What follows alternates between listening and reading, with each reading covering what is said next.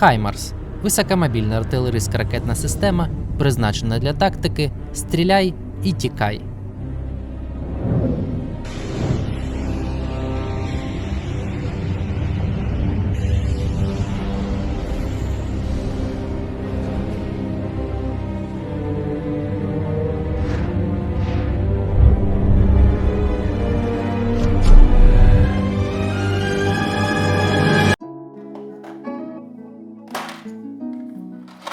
Це чергова модель, яка приїхала до мене зі Сполучених Штатів Америки.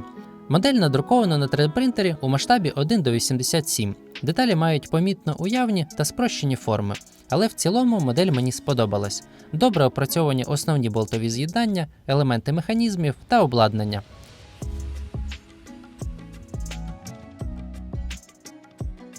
У комплекті пакети з 6 ракетами сімейства GMLRS та пакетом на 2 ракети GMLRS зі збільшеним радіусом ураження до 150 км. На моделі присутні дефекти від підтримок та сходинки шарів друку. Обережно прибираю їх наждачним папером. Зовнішній вигляд готової моделі напряму залежить від ретельності обробки саме на даному етапі.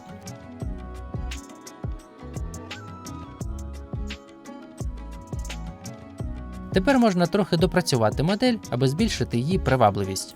Зрізаю старі дзеркала заднього виду та роблю їх з мідного дроту та елементів фототравлення.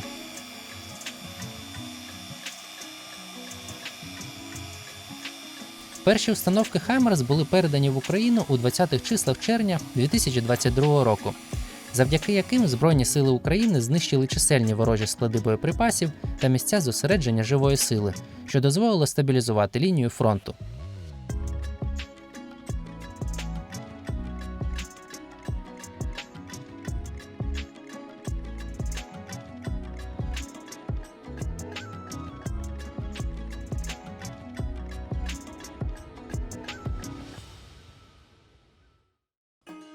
Через відсутність підтримки цей ящик надрукувався з дефектом.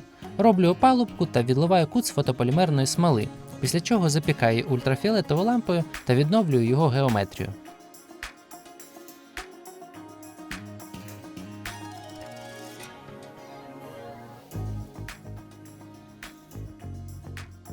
Після фарбування передні фари буду робити прозорими з імітацією скла.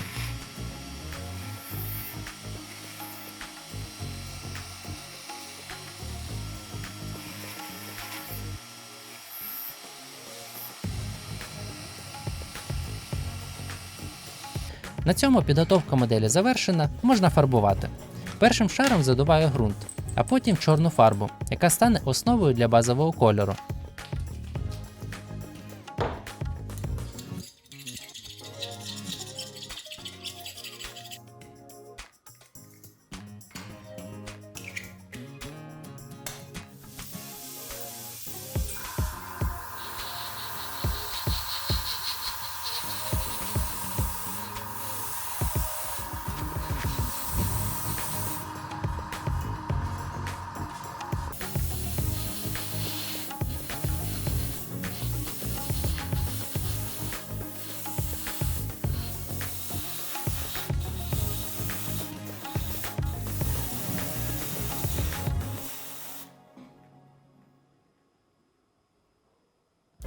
Друзі, хочу звернути вашу увагу на цей аерограф. Модель без зайвих функцій. Є курок на 2 дії, великий бачок та кришка. Все, що необхідно. Ця модель добре підійде для новачка та завжди буде у нагоді досвідченого майстра. Цей аерограф фірми APRO простий, надійний і головне коштує всього 600 гривень. У закріпленому коментарі залишу посилання на магазин.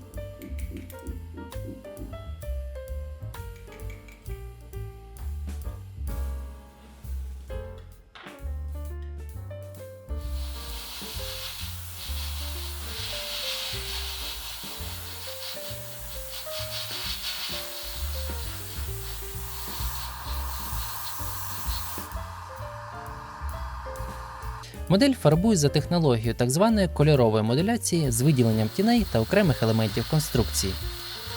Базовий зелений колір перекриваю світлими відтінками, розставляючи акценти на виступаючих деталях та гранях кабіни.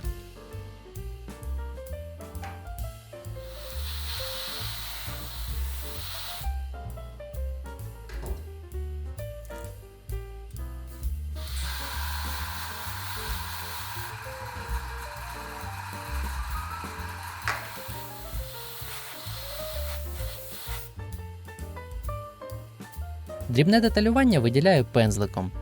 Ця технологія дає цікаве та реалістичне забарвлення моделі.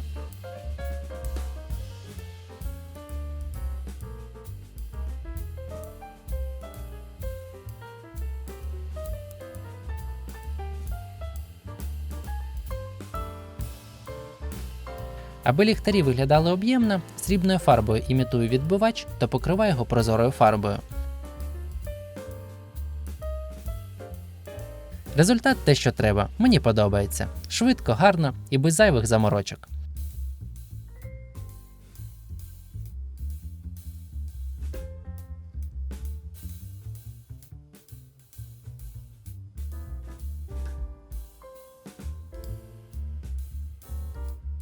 Для імітації скла на ходових ліхтарях використовую прозору смолу.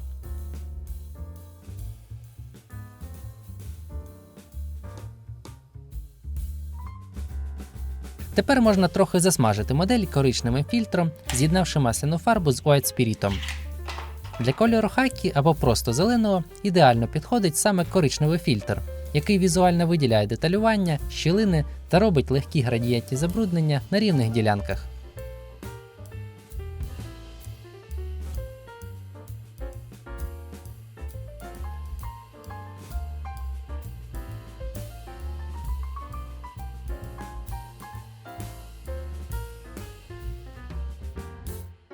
Дякую моїм патронам. Ваша допомога дозволяє мені продовжувати робити цей контент.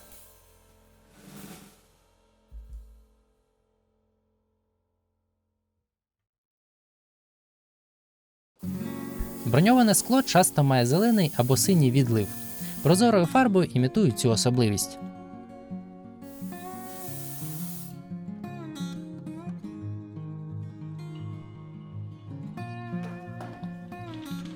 Ця модель не буде мати виражених слідів експлуатації та бруду, тому пігментом наношу легке запилення протектору колес.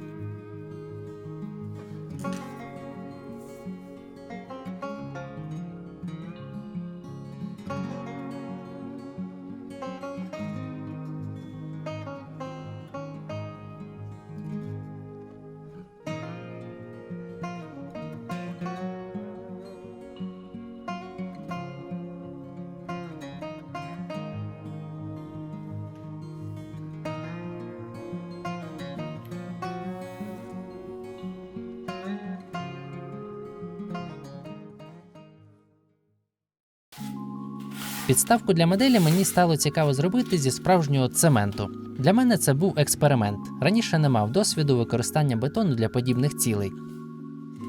Створюю форму з пенополістиролу товщиною 30 мм. Трохи випереджаючи сюжет, скажу, що форма має бути міцною з щільними стінками. Тому 30 мм для стінок – це мінімальна товщина, інакше їх деформує і буде пузо.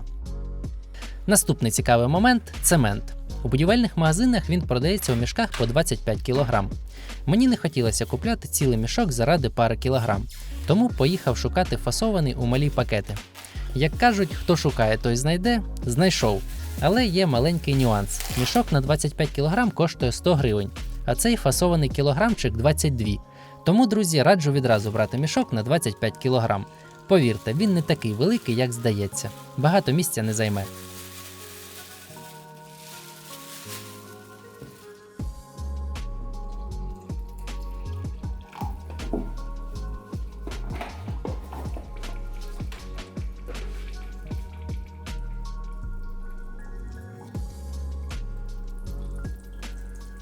Я думав, що зможу гарно розмішати його паличкою та залити у форму. Але ні, нічого подібного. Довелося згадувати літні канікули у бабусі в селі, коли руками замішував грязюку та брудний по лікті грався цілими часами.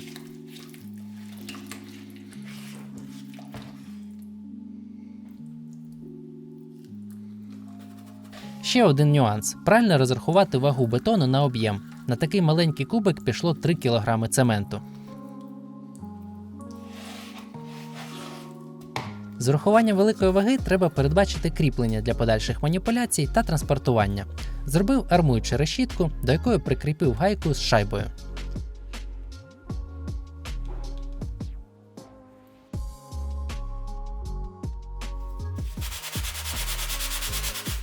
На просушку виділив добу, але цього виявилося замало. Коли знімав форму, відколовся вологий кут.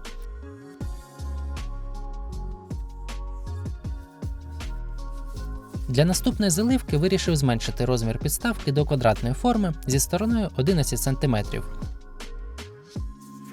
В іншому мені дуже сподобався результат. Підставка сурова, важка, буде добре доповнювати будь-який інтер'єр. Але мені не сподобалось, що бетон з часом покривається тріщинами. Тому продовжив експеримент та придбав клеючу суміш для плитки. У складі вона має той самий цемент, але з домішками, які покращують клеєві властивості. Через це її структура помітно відрізняється від бетону. Але, як на мене, ці повітряні проміжки роблять поверхню цікавішою, а головне – без тріщин. Тому цей варіант мені сподобався. Трохи зачищаю грані та встановлюю п'ятаки з ворсу.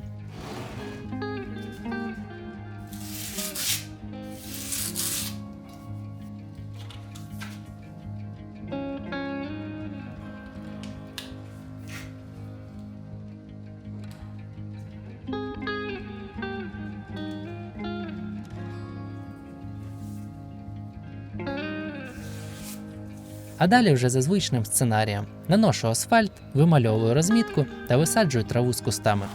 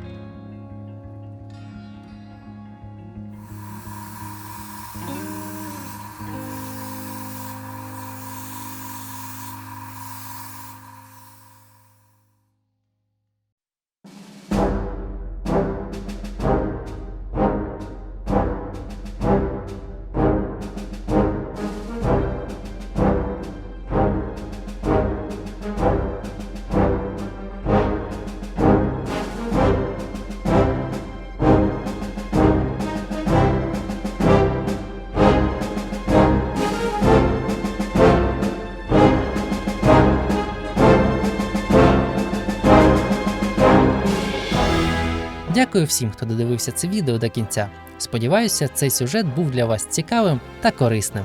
До зустрічі, друзі!